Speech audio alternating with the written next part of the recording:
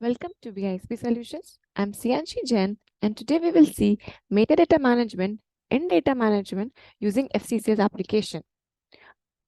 Under metadata management, we will see that when any dimension is not given in a flat file structure or flat file, then through the help of the expression, how can we make changes in the metadata in our application? Like for suppose, let me show you my file. This is my file. So it has entity. This is my E_100 is my entity. This is its parent. This is consolidation, and this is its alias. So basically, I have 4 properties in my this file. I do not have data storage property. Now I want that without I won't be adding this in my file, and I want that without adding my data storage property in this in this file. I want that if I will provide the condition that if account is equals to 100, then its data storage property should be dynamic calc, else it should be never share. So we will be covering this case today, and let's go to our application and let's see how it works. So this is my application, FCCS application. This is my source system. So first we will define our source. My source is flat file, so I need not create any additional file. This will be my source file. Then we have target application. So let's create one target application. We will click on add. As we are uploading the metadata, we will select dimensions.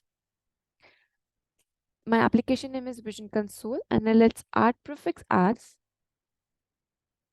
FCCS underscore, and we will click on OK. And as we will create the hierarchy of we are creating the hierarchy of entity. So this is the metadata. So it will when we create the target application, it will create all the dimensions. It will create all the dimensions of the application. You can see that this is prefix FCCS that we have added. Scenario, smart list, entity, custom, all the dimensions will get added. But we want to upload entity as a metadata, so we'll select this entity,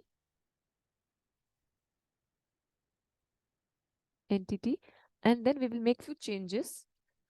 We will select the dimensions that we want to have, like alias we want to have or are there in my file. Okay, so alias I've selected. Let's select data storage property also, so that we will provide the expression in this data storage property. Okay, then we have entity, then we have parent, and rest let's not choose the other properties. Okay, so let's click on save. Now we will create the import format. Let's click on add. Let's name it as FCCS underscore IMF. My source, we will provide the source that we have created. So my source is file. So I will provide it here, file. This is my source. Click on OK. Then my target is, let's select my target application. Reset. Search. This is my target application that I've created. So let's select it. FCCS entity. Now, as we are uploading the metadata, its file type will be delimited all data type, and my file is tab separated. So we will use here file delimiter as tab instead of comma, and then we will save it. Now we will do the mappings. Alias. Now field number of alias is 4 in my file. This is 4, 1, 2, 3, and 4. So I will provide field number 4. Then we have data. We won't be mapping data. Then we have data storage. Data storage. We do not have data storage in our files, so we will map it to some another field. Let's say take it as 1. Then we have entity. Okay, so field number for entity is 1. My first column is of entity, so 1. Then we have parent.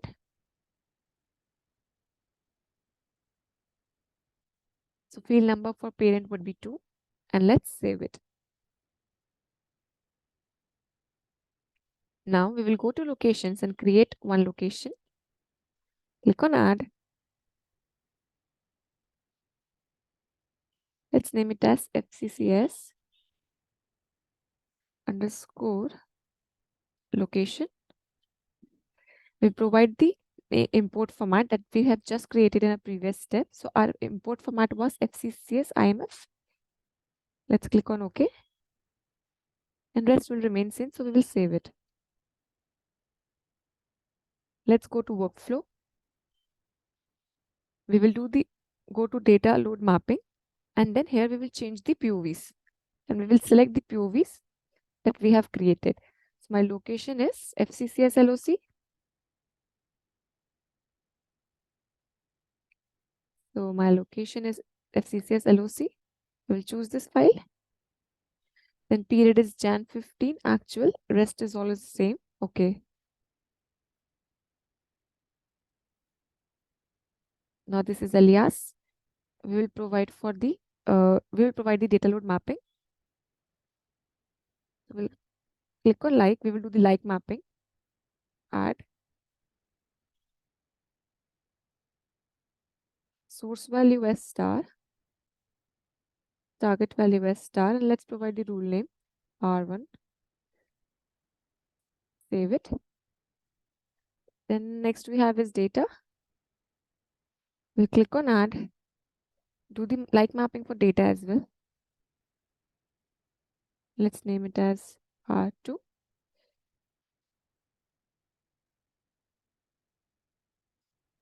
Now we have is data storage.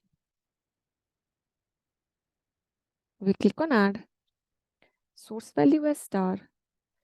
Target value, we will provide hash SQL because here we will be providing the expression.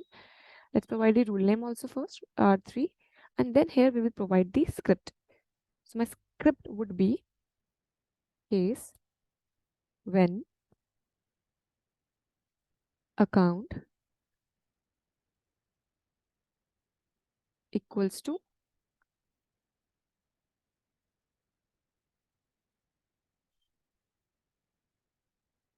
my parent name is E underscore 100, right?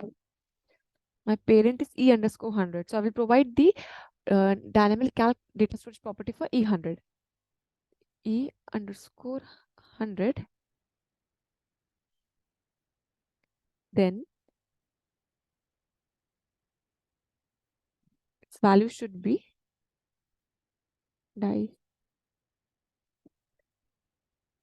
dynamic calc.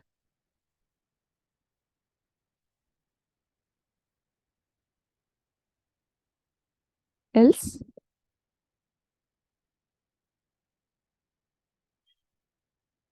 never share.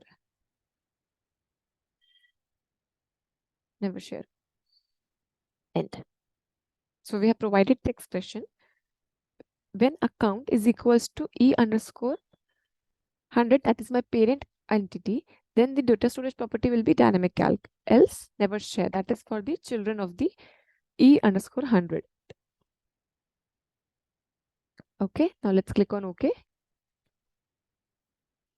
And let's save it.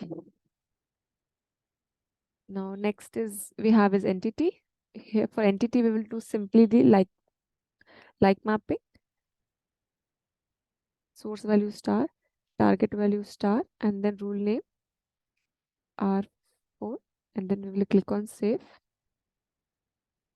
Then we have parent, entity, add, source value as star, target value as star, then rule name would be R5. Let's name it as, let's save them. Now we will go to data load rule. We will click on add. Now name it as FCCS underscore DLR. Then category will be actual, target client regular. We'll provide the import format. So this is my import format, FCCS IMF. Let's click on OK. Here we will provide the file that we have created. Let's delete this file first. Okay, so we will click on upload, select a file, metadata management. This is my file name. And then I will click on OK.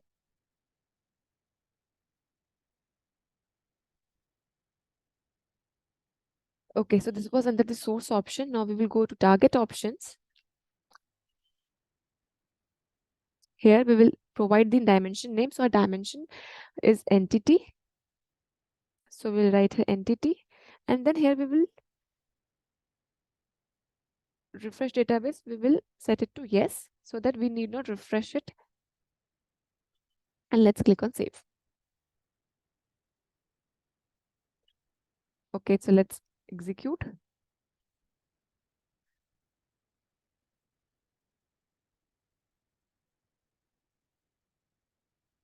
Import from source, we will take that. Recalculate, start period Jan 15, end period Jan 15, import mode replace, and then we will click on run. So it has been extracted. Now we will click on refresh. Now we'll go to data load workbench. We got the 2 fish. That means our data has been imported. It got validated also. Now let's click on export to export the data, and let's get our 3rd fish.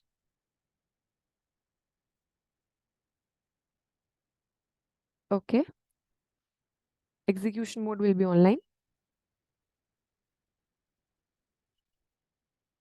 Oh, we did not got a 3rd fish, but let's check in our application that our entity has been added or not, because sometimes it happens the data management, there's some problem with data management. So that is also the reason that it does not show the 3rd fish. Let's check in our dimensions first. Oh yes, we got our entity E underscore 100, 101, 102, and we have provided the expression that if the entity is E100, then its data storage property should be dynamic calc. So its property is dynamic calc. We did not define it. We just provide the expression for the same.